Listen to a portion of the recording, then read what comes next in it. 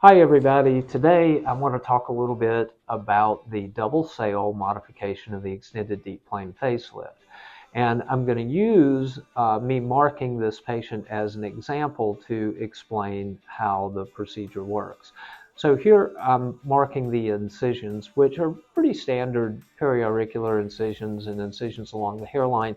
This is really just to get us access to the important part of what we're going to do with the facelift, and that is to move the supportive tissue of the face that has descended back to where it is supposed to be.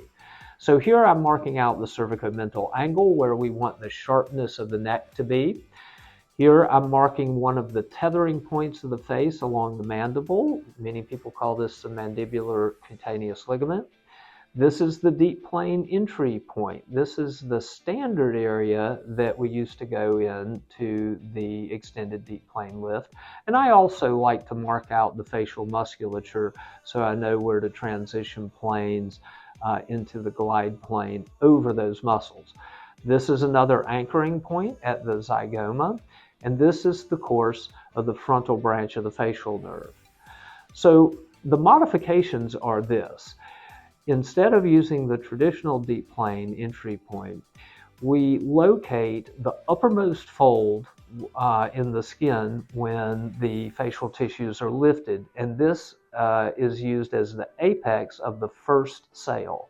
The second sail, of course, is under the earlobe and to the anterior border of the sternocleidoid mastoid muscle and then downward.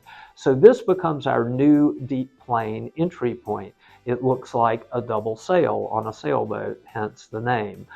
But what this allows us to do is transition more quickly into the deep plane, and it also gives us more flexibility in how the composite flap of the deep plane with the skin still attached can be elevated, repositioned, and anchored.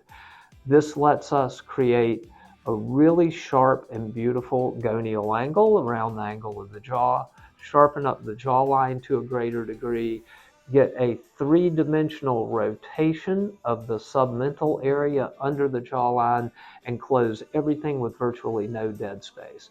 So this has become a nice little innovation which has improved my ability to get naturally beautiful results with the extended deep plane facelift.